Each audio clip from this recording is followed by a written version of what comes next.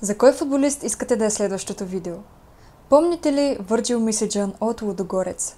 Той тръгна от школата на Вилем II в Холандия, а през 2013 година подписа с Лудогорец. Там се превърна в любимец на феновете. 5 поредни титли, голове в Европа и дори в Шампионската лига.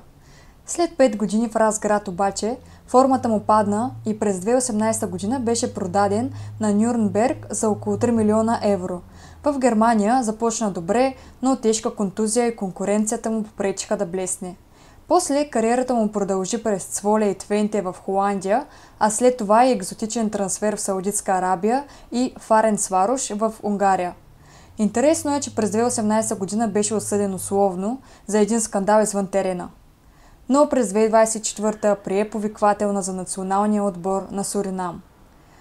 Днес, през 2025 година, вече е в НЕК Ниемеген, където отново играе в холандската Ередивизия.